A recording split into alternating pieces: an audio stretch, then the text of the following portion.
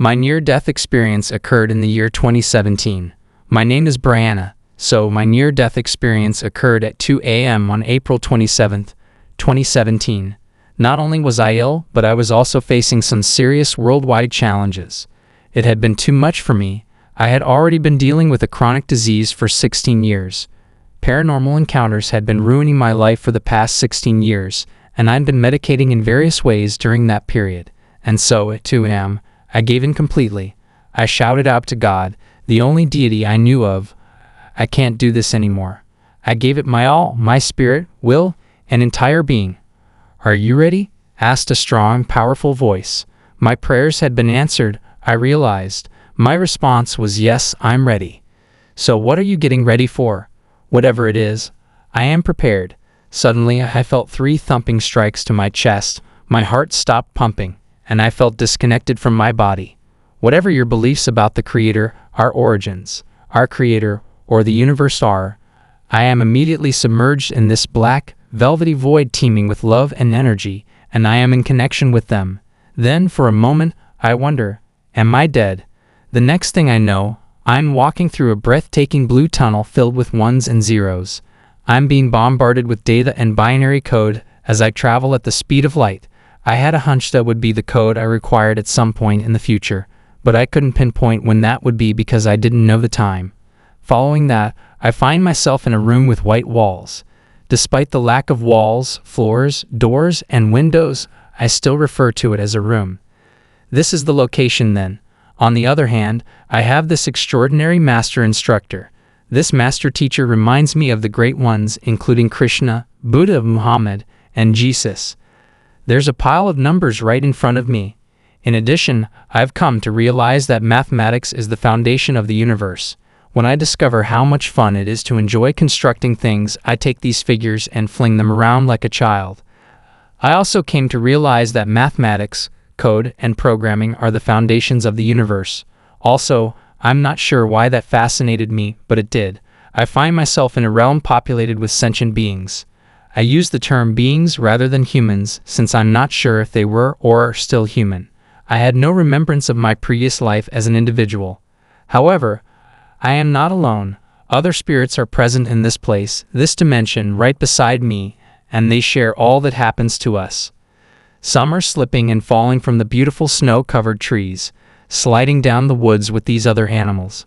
I realize that we may be experiencing different things at the same time. For example, I don't think I appreciate snow, yet it has suddenly turned emerald green. We two dance, and our coordinated steps seem to have been practiced for decades.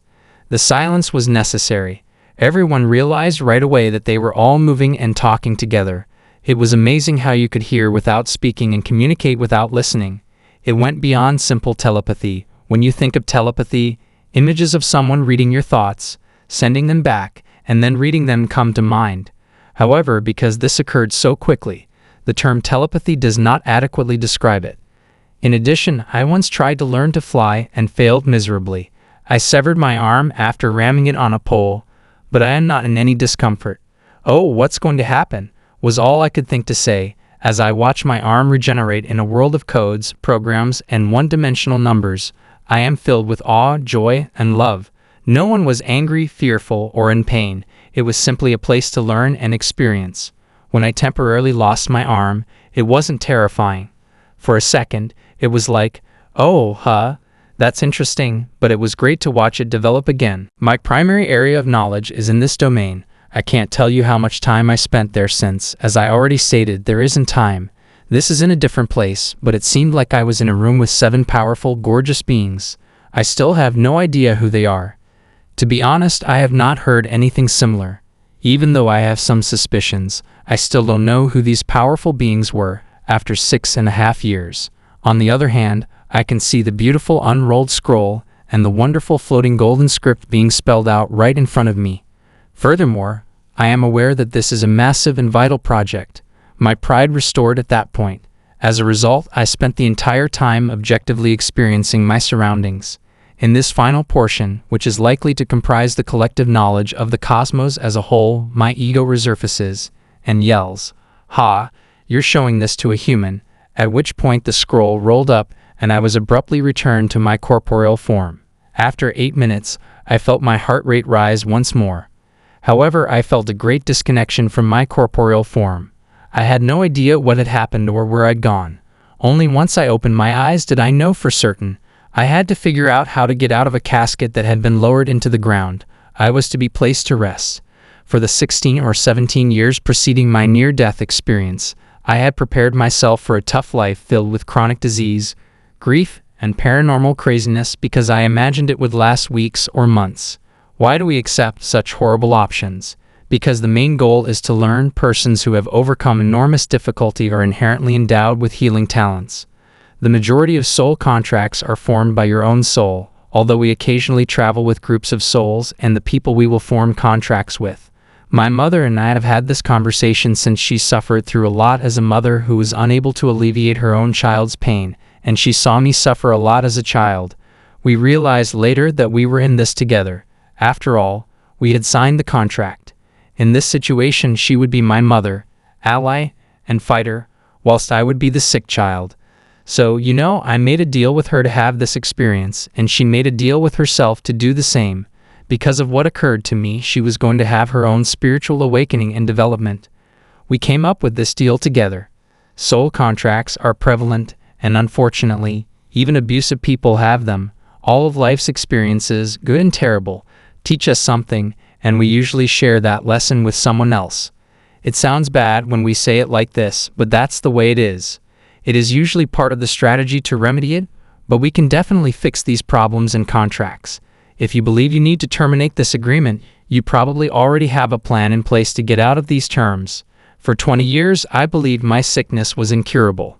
It was inevitable that I would discover how to break the pact, but it was also feasible that I would do so. Because time does not exist in the other dimension, we can enter and exit contracts simultaneously. You know what? I can speak with my higher self through a conversation with you, saying, "I'm done with this. Let's reroute" is one type of contract breach, but it may also be your spirit telling you, we're going to break the contract. We're going to break this experience at this point in life. As a result, we approach these traumatic events and traumas in a rather dualistic manner. We can break free from any of them by talking to our higher selves and souls and saying, "I'm done," which will definitely change the trajectory of our life. We can get release from this contract, program, and pain in a variety of ways. A few techniques work. One approach is to use prior life regression to get insight into the lessons your soul is seeking to teach you. As a result, a common thread weaves through many soul reincarnations. Those who believe in reincarnation might use past life regression to uncover patterns and learn from their lives. So if after you've figured out the lesson, it's typically much easier to deal with it compassionately and easily. Hypnosis is another way to contact your subconscious and higher self. If you want to make a change in the world, you can connect with your subconscious. Meditation is another alternative. I recommend meditation approaches that are more robust than hypnosis. Meditation connects you with your higher self, soul, guides, and angels, whereas hypnosis only touches your subconscious. In meditation, you can interact with your soul, higher self, or soul, and say, "Okay, we're done with this. Let's do something different." That's how I eventually recovered from my long-term illness. During a meditation retreat, I practiced introspection, freed my body of attachments, and developed a connection with my soul and higher self. So that was my experience. Furthermore, if you have tried it but still lack confidence or believe you need more practice, and you are truly sick and tired of the pain, there are highly trained psychics and mediums who can help you communicate with your higher self, access the Akashic records, speak with your guides, and eventually escape your contract or discover your life's lessons. It will also have an impact on the direction of your life. Thank you for your time and attention. I hope you are able to overcome your condition and the agony it is bringing you.